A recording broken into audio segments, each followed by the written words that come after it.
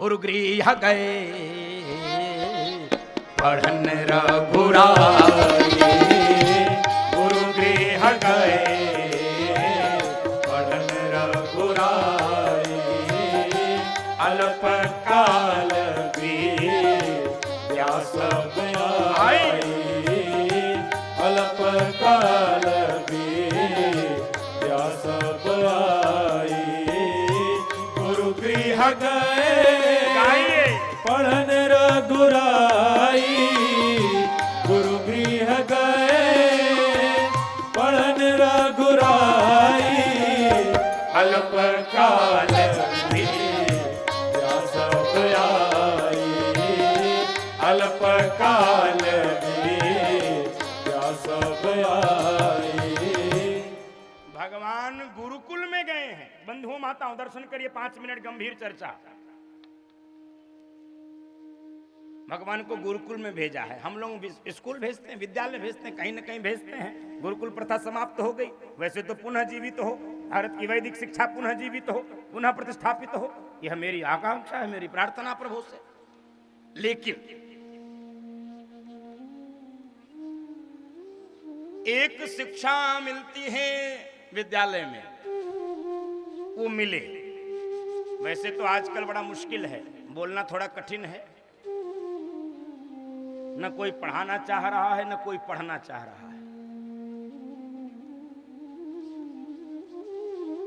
मेरी बात कड़वी लग जाएगी। अध्यापक तनख्वाह चाहता है, विद्यार्थी डिग्री चाहता है, बस इसके बीच की सारी प्रोसीडिंग नील।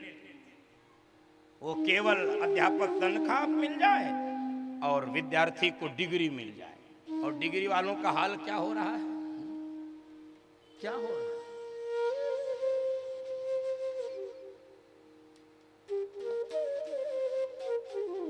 चलो वो एक अलग विषय है। मेरा दूसरा विषय, मेरा निवेदन ये है, प्राथमिक विद्यालय किसी भी बच्चे का उसका घर होता है, और मेरा निवेदन है उसके प्रारब्ध भाग्य में जो होगा वो पढ़ लिख के बन जाएगा। लेकिन यदि आप संस्कार देने में चूक गए तो बुढ़ापे में केवल और केवल आंसू बहाना बचेगा और कुछ नहीं कर सकते।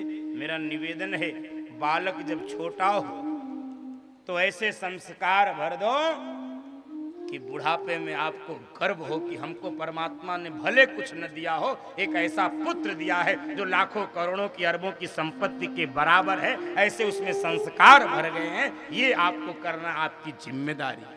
हम इस जिम्मेदारी से मुक्त नहीं हो सकते,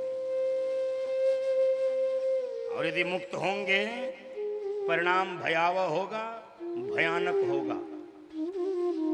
वो काल काटना कठिन हो जाएगा, दुर्गम दुष्कर हो जाएगा। भगवान गुरुकुल में गए,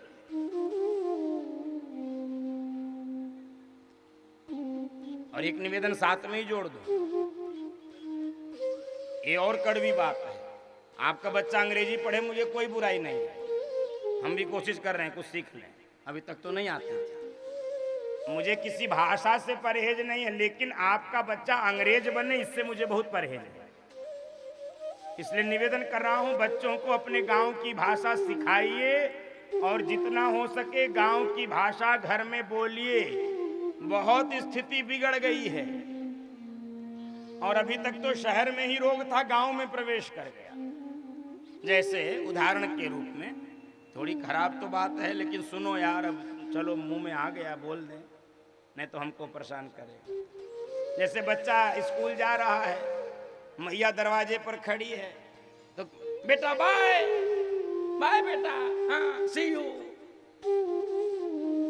नहीं, बाय बोल के क्यों बेटे को विदा करते हो? क्या इसमें आपका बड़प्पन है भाई? क्या इसमें स्मार्टनेस है? नहीं। जय गणे, हरिओम, राधे राधे, राम राम, कैसिया, हम क्यों नहीं सिखाते भाई? हम क्यों नहीं सिखाते? क्या जाता है इसमें? हम बहुत आधुनिक बन जाएंगे। आधा तिहार ये कुछ भी नहीं होंगे, न इधर के होंगे न उधर के होंगे।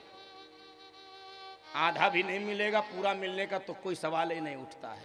न हम हिंदी जान पा रहे हैं, न अंग्रेजी जान पा रहे हैं, न संस्कृत जान पा रहे हैं। बड़ी स्थिति खराब है। मैं घरों में जाता हूँ, ये फैशन है चूंकि, अब उसकी बोलता ये माताएं जो कभी भी अंग्रेजी नहीं, वो भी कहती हैं बेटा ओ काऊ को रोटी खिलाओ। अब काऊ को जो बेटा रोटी खिलाएगा वो जीवन भर गाय को मां मान पाएगा कभी?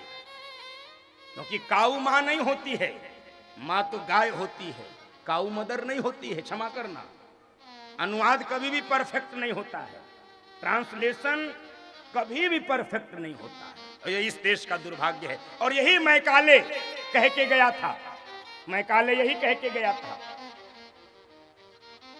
कि ये स्वतंत्र तो हो जाएंगे, हो सकता है, लेकिन हम इतना काम करके गए हैं कि आने वाली पीढ़ियां रूप से जरूर भारतीय होंगी, लेकिन भाषा से, बोली से, व्यवहार से, आचरण से अंग्रेज होंगी। होने लगा, होने लगा। मेरा निवेदन है हाथ जोड़कर, नहीं हिंदी बोलो, गौ माँ को प्रणाम करो, गाय को। ऐसा ऐसा बोलते हमको तो बड़ी हंसी। बेटा हैंड वॉश कर लो, बेटा खाना फिनिश करो। अब बहुत अंग्रेज हो तो बोलो पूरा अंग्रेजी में, आधा आधा सीख के आधा आधा अपने भी बिगड़ रहे हो, बच्चों को भी बिगाड़ रहे हो। बोलिए भोजन समाप्त करो, इसमें गौरव होगा आपको। अभी नहीं समझ में आ रहा है, वो अंग्रेजी आपसे ज्यादा अच्छा सीख लेगा स्कूल में, कोई दिक्कत नहीं है, सीख लेगा, बढ़िया बोलेगा। घर में जरा अपनी भाषा में बात करो भाई। मेरा निवेदन है, स्वीकार करेंगे तो अच्छा है, धन्यवाद होगा। और भगवान अब गुरुकुल से शिक्षा लेकर आए हैं। सबसे पहला आचरण, प्रातः काल उठी रघुनाथ, प्रातः काल उठी रघुनाथ, मातो पिता गुरु नावहि माथा, मातो पिता गुरु नावहि माथा। प्रातः काल उठ गए रघुनाथा। फिर 5 मिनट लगाऊंगा, बातें कड़वी लगेंगी लेकिन सटक लेना, क्योंकि कड़वी दवाई ही फायदा करती है, और कड़वी दवाई को जेब में रखने से फायदा नहीं, उसको सटकना ही पड़ता है। तो ये कड़वी बातें, इसको सटकिए। प्रातः काल, आजकल प्रातः काल कब होता है पता ही नहीं है। बताए कोई, किसी के घर में कितने बजे? किसी के घर में 9 बजे, किसी के घर में 10 बजे, कुछ तो ऐसे महापुरुष हैं कि 11 बजे होता उनके प्रातः काल। भगवान प्रातः काल उठ के रघुनाथा। और भगवान काम क्या करते हैं? मातु पिता गुरु। और हमारे बच्चे प्रातः जब उठते हैं तो क्या करते हैं? आप ईमानदारी से विचार करिए, कितने लोगों के बच्चे अपने माता पिता को प्रणाम करते हैं, गुरु को प्रणाम करते हैं? 2-4 हाथ उठा दो। हाँ हाँ, वो तो हाँ 2-4 बस, इससे ज्यादा नहीं उठेगा। हाँ झूठे मत उठाना। हाँ होता हो तभी 2-4 बस हो गया। इतने लोगों में 2-4 क्यों? बाकी लोगों के बच्चे सुबह उठते हैं, जानते क्या करते हैं? मोबाइल खोजते हैं तकिया के नीचे का।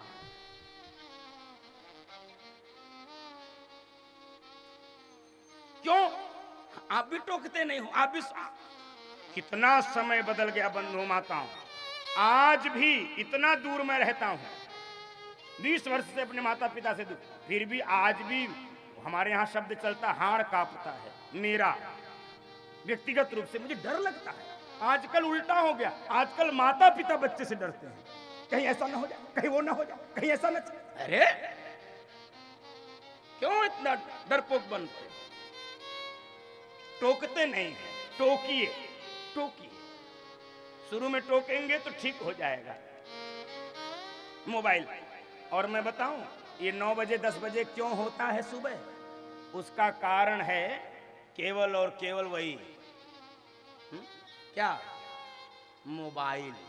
वैसे तो मैंने उसका नाम ही बदल दिया है, उसका नाम है कर्ण पिशाचिनी यंत्र, जो जीवन को तबाह कर दिया है। और आजकल बड़ा बड़ा मोबाइल आया, कहाँ है वो? ले आओ तो नहीं, हमारा ये हमारा तो नहीं है, ये शास्त्री जी का है।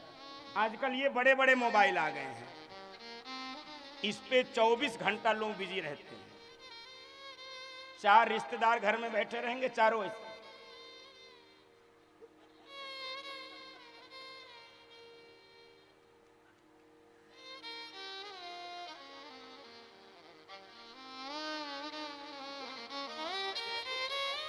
अरे क्या पागलपन है भाई, क्या पागलपन है, ये क्या हो रहा है? ये आपकी बुद्धि खराब कर रहा है ये यंत्र, ये बुद्धि खराब कर रहा है। रोकिए बच्चों को। और आजकल तो और ये कोरोना ने तो बहुत ही नरक किया है। छोटे छोटे बच्चे के हाथ में मोबाइल, मोबाइल रखो, अरे मम्मी क्लास चल रही है। अब मम्मी क्या करे, क्लास चल रही है, क्लास चल रही है, क्लास में क्या तमाशा हो रहा हो, आप ही बस क्षमा करो, मैं निवेदन कर रहा हूं, रोकिए रोकिए, ये तबाह कर रहा है जीवन को मोबाइल। किसको ऊपर भेज रहे हो, किसको नीचे भेज रहे हो, किसको बाएं दाएं बड़ा कर रहे हो, छोटा कर रहे हैं। मैं विज्ञान का विरोधी नहीं हूं, खूब चलाइए, मैं भी चलाता हूं। एक समय निर्धारित करिए, देखिए, सुनिए, समझिए, दुनिया है, जानना चाहिए, विज्ञान है, सूचना है, तंत्र है, प्रौद्योगिकी है, ये सब, लेकिन पागल मत होइए। हम लोग बच्चे थे तो हमको बताया गया कि प्रातः काल उठो तो क्या करो, कराग्रे वस्ते लक्ष्मी कर मध्य सरस्वती कर मूले तु गोविंद प्रभाते कर दर्शनम। धरती माँ को प्रणाम करो, समुद्र वसने देवी पर्वत स्तन मंडले विष्णु पत्नी नमस्तुभ्यं पाद स्पर्शम क्षमस्व में। हम क्यों नहीं बताते अपने बच्चों को? मेरा निवेदन है और आप स्वीकार करेंगे, मेरे ऊपर बड़ी कृपा होगी, यही मेरी दक्षिणा है कि बच्चों में संस्कार दो, ताकि बच्चा आपका भारत का भविष्य बने, सुंदर भारत के निर्माण करने में अपनी भूमिका निर्वहन करे। भगवान प्रातः काल अपने माता पिता का प्रणाम करते हैं। और सबसे महत्व की बात, अनुज सखा संग भोजन करही, अनुज सखा संग भोजन करही, मातो पिता ज्ञानुसरही, मातो पिता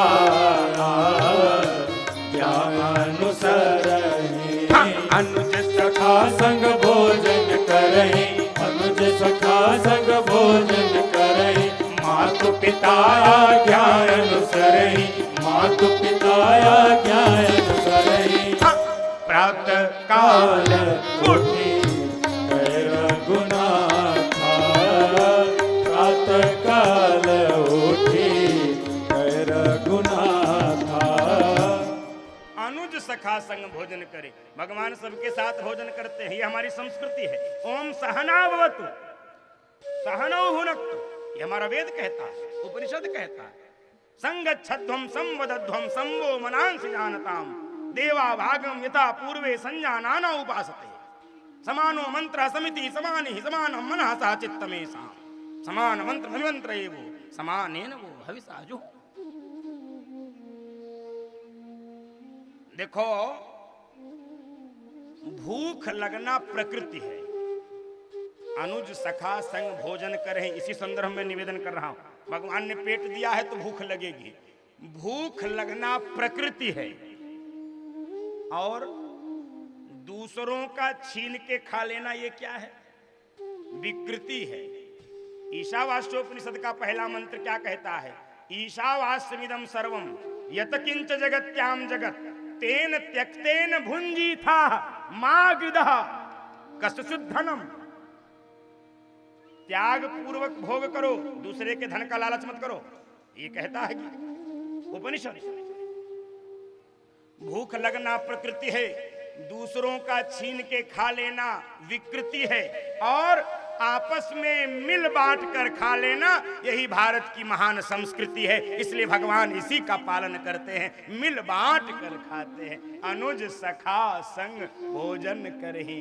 बंधु माताओं, स्वामी विवेकानंद ने यही कहा था, बंद कर दो 100 वर्षों तक भारत के मंदिर देवालय, लेकिन जब तक एक भी भूखा इस भारत में घूम रहा है तब तक हमको सेवा करनी पड़ेगी, तब तक भूखों को खिलाना पड़ेगा। इसलिए विचार कर लेना, कभी अगल बगल पड़ोस में, कभी शहर में, कभी गांव में टहल के देखना चाहिए कि कोई व्यक्ति भूखा तो नहीं। कोई कुछ नहीं दे सकता है बंधु माताओं, हम भी किसी को कुछ नहीं, कम से कम उसको 2 जून की रोटी तो दे सकते हैं, 2 समय।